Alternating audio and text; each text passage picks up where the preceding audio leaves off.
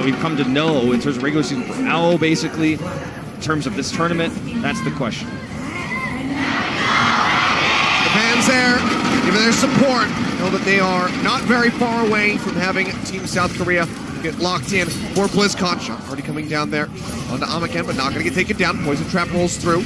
Getting a bit of damage in onto him, but overall he's going to be fine. But Carpe finds Sabagods. The same cannot be said for the Zenyatta. Jump over to the side, Carpe on the prowl. He's looking to see if he can find depth, if there's any angle. Obviously, he can just set up this additional trap. Definitely, I'm not going to keep that corner. I'm going to hide over here. Yeah, if Amaken heads around the other side, he'll know about it. He's going to do the dash to get in here, but he's alone. Just looking to build ult charge, but he's caught and killed. And you know, Achilleos, it's not a good look so far. I mean, can Japan get on the board in any way? We just saw a full hold on King's Row, the 100 of zeros on Nepal. Can they get a tick? Is honestly an unfortunate question that we kind of have to ask right now. Well, in order to do so, I think they're going to have to utilize the Dragon Blade. This is going to be a dive to get Amaken into position. Shift up to the side. Ryo's there for the follow-up. Cannot get the kill. Takes a little bit of damage on the mech, but otherwise we'll be fine. Just trying to build up, trying to get some ult charge in. You can see how far behind they are compared to the South Korean counterpart. 60% here from Meko. Tayo fully hit 37. Something I want to point out that Japan is doing, which is really tough to measure sometimes, is look at the ult charge for Jonak. He's only at 60%. They haven't actually committed anything until this fight that they want to get the Dragon Blade with. They haven't committed that much to damage, so Jonak hasn't been able to heal up to a Transcendence. But that's one of the counters to the Blade they're trying to build. So how they're moving is really specifically trying to get this Dragon Blade ready. The problem is that that last dive that guaranteed it built up enough for a Riptire. Riptire could buy time, then you'll have the Transcendence out. So this push right here is the big one. Let's see if they can pull it off. So jump onto the top, Amaken's around the back. Deflection going to be used. Dragon Blade going to be drawn down. Dashes forward here, looking for Jonak, but he takes him down! Cuts him out. Dragon Blade's not going to get anything. Deny the res too. Now Claire is gone.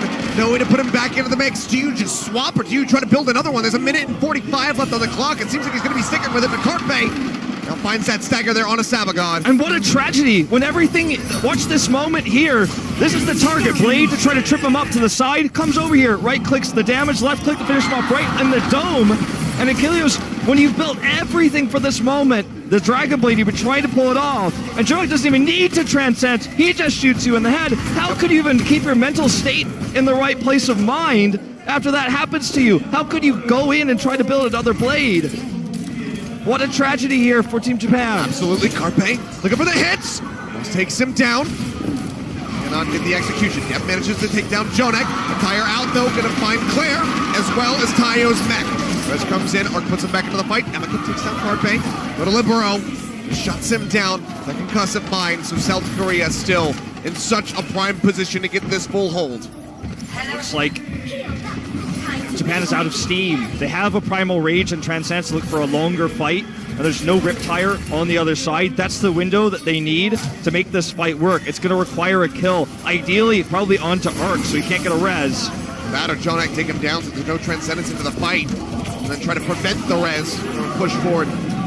Self-destruct going to be coming out. Nice catch on Libero. Okay, so already a good opening here. Claire's going to get the res on to Tayo. We'll put him back into the fight. Carpe finds his shot. He's got it ready to go. He's like, yeah, I got some infra sight. It's all good. Amaken's getting pops it down. Carpe says it's over. Amaken, I have the high ground. Gets the shot. Takes out the Genji. And now Kenmo is dead. South Korea looking to get the full hold here on Japan's map pick. 4 seconds remaining. Can they even tag in? I don't think so. Carpe waves goodbye. Together to kill the backline when the dive comes through. Get those preventative hacks off. This is going to be a very tall ask for Japan. It's a very risky composition, but if executed correctly, maybe they could tie us up here.